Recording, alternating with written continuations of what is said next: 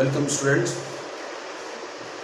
आज जो हम लेक्चर स्टार्ट कर रहे हैं वो मैग्नेटिज्म का से रिलेटेड है और उसमें कुछ बेसिक से रूल्स हैं जो स्टूडेंट्स के लिए काफ़ी थोड़ी सी कंफ्यूजिंग होते हैं। आज केवल हम उन्हीं रूल्स को एक बार डिस्कस करेंगे और अलग अलग जगह पर देखेंगे कहाँ पर उन रूल्स को हमें अप्लाई करना चाहिए। और ये 10th से स्टार्ट होता है, तो इसलिए 10th से और 12th तक ये बेसिक रूल जो हैं वो मैग्नेटिज्म में जहाँ जहाँ आपका टॉपिक है मैग्नेटिज्म से रिलेटेड वहाँ पर यूज़ किए जाते हैं। तो यही क्लियरिटी हमें आज इस टॉपिक के अंदर करनी है। जैसे फर्स्ट जो रूल है वो आपका राइट हैंड थंब रूल है।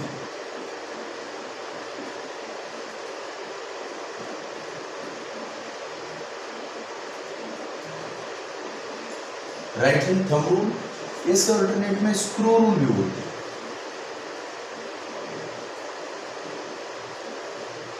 टेंथ से हम पढ़ते हैं इसको और बेसिकली जब हम किसी करंट कैरिंग कंडक्टर के रिस्पेक्टिवली उसके चारों तरफ जो मैग्नेटिक फील्ड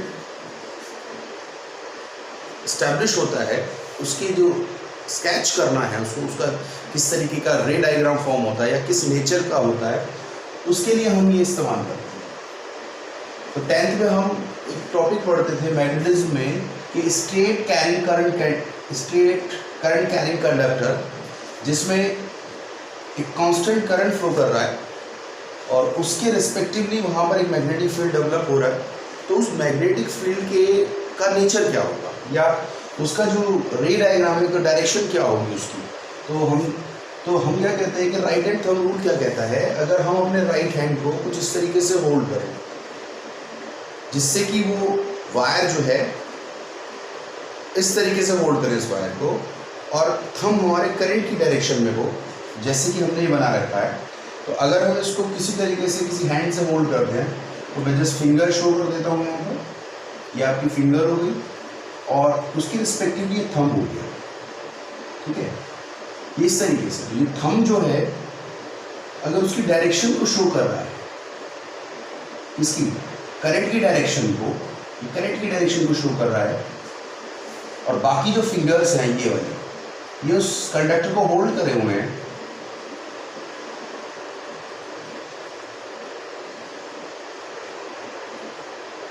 ठीक इस तरीके से होल्ड करे हुए हैं। तो रूल क्या कहता है कि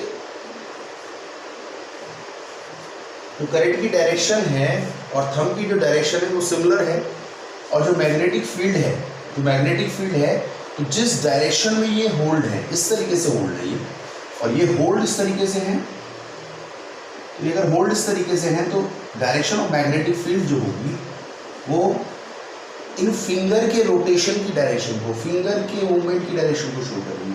तो यानी कि जो करंट की डायरेक्शन, जो मैग्नेटिक फील्ड डेवलप होगा वो इस तरीके का और जिसकी डायरेक्शन इस तरीके से इंडिकेट होगी। दूसरी चीज, अगर हम बात करें कि भाई कैसे रिप्रेजेंट करें मैग्नेटिक फील्ड की डायरेक्शन को, तो अब क्योंकि ये तो हमें पता है कि प्लेन के यहाँ से प्लेन के इनवर्ड जा रही है और ये प्लेन के आउटवर्ड जा रही है। तो ऐसे समझो कि यहाँ से ये एंटर कर रही है और यहाँ से ये आउट आ रही है। तो जब भी मैग्नेटिक फील्ड की लाइंस जो है किसी प्लेन में, किसी पेपर में एंटर करती है तो उसको क्रॉस से इंडिकेट करती है, दैट इज कॉल्ड इनवर्ड। और जब ये बाहर निकल रही होती है उसको डॉट से रिप्रेजेंट करते हैं, दैट इज कॉल्ड आउटवर्ड। तो अगर आपको किसी स्ट्रेट करंट के कंडक्टर के रिस्पेक्टिवली उसका मैग्नेटिक फील्ड स्केच करना हो तो हम राइट हैंड थंब रूल का इस्तेमाल करते हैं। इसको स्क्रू रूल भी बोलते हैं। स्क्रू भी यही कहता है कि अगर हम किसी स्क्रू को मूव कराते हैं, जैसे फॉर एग्जाम्पल ये स्क्रू है, ये स्क्रू है आपका, ठीक। अब इस स्क्रू को जब आप वॉल के अंदर एंटर कराते हो तो ऐसा मानो कि ये स्क्रू है और इसमें करंट की डायरेक्शन ये है। तो अगर हम स्क्रू को ऐसे रोटेट कराते हैं तो स्क्रू इनवर्ड इस तरीके से जाएगा और जो स्क्रू ड्राइवर है वो ऐसे रोटेट करेगा। तो रोटेशन ऑफ स्क्रू ड्राइवर है, rotation of screw driver, that is called magnetic field, direction of magnetic field. तो इसीलिए स्क्रू रूल भी बोला जाता है।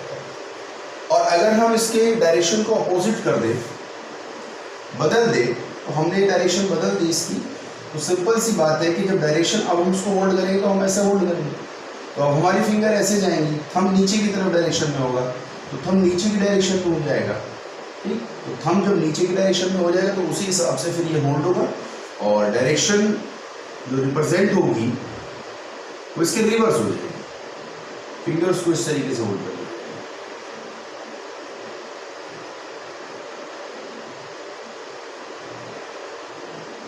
ये ऐसे होगा। डायरेक्शन जो थंब की होगी वो इस डायरेक्शन में नहीं, करंट की डायरेक्शन में जो मैग्नेटिक फील्ड होगा उस मैग्नेटिक फील्ड की डायरेक्शन सर्कुलर ही रहेगी बट बदल जाएगी, अपोजिट हो जाएगी। अब जहाँ जिस पॉइंट पर जैसे फॉर एग्जांपल ए पॉइंट था, ये बी पॉइंट था, पहले ए पॉइंट पर इनवर्ड है, बी पॉइंट पर आउटवर्ड, अब यहाँ पर बदल जाएगी डायरेक्शन, यहाँ बी पॉइंट पर इनवर्ड हो जाएगी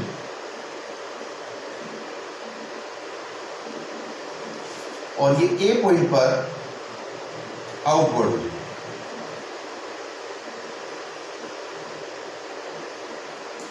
आई थिंक ये क्लियर हो गया होगा राइट हैंड थंब रूल, ठीक है। नेक्स्ट जो हम डिस्कस करेंगे वो हम नेक्स्ट वीडियो में डिस्कस करेंगे। फिलहाल इसको अच्छी तरीके से आप एक बार समझ लीजिए, क्योंकि बहुत कंफ्यूजन रहता है स्टूडेंट्स को कि कैसे हम उसको होल्ड करें, और रूल अगर राइट हैंड है तो राइट हैंड से ही होल्ड करें, लेफ्ट हैंड नहीं करें, लेफ्ट हैंड फिर आपका बिल्कुल रिवर्स हो जाएगी, ठीक है, तो इसलिए राइट हैंड हो जाए। तो आई थिंक ये बहुत क्लियर हो गया होगा, तो इसमें कोई कन्फ्यूज़न होगा नहीं। तो चलिए नेक्स्ट वीडियो में हम बात करेंगे कि फ्लेमिंग की जो राइट हैंड और लेफ्ट हैंड रूल है वो कैसे डिस्कस करते हैं या वो क्या एक्सप्लेन करते हैं। Thank you students.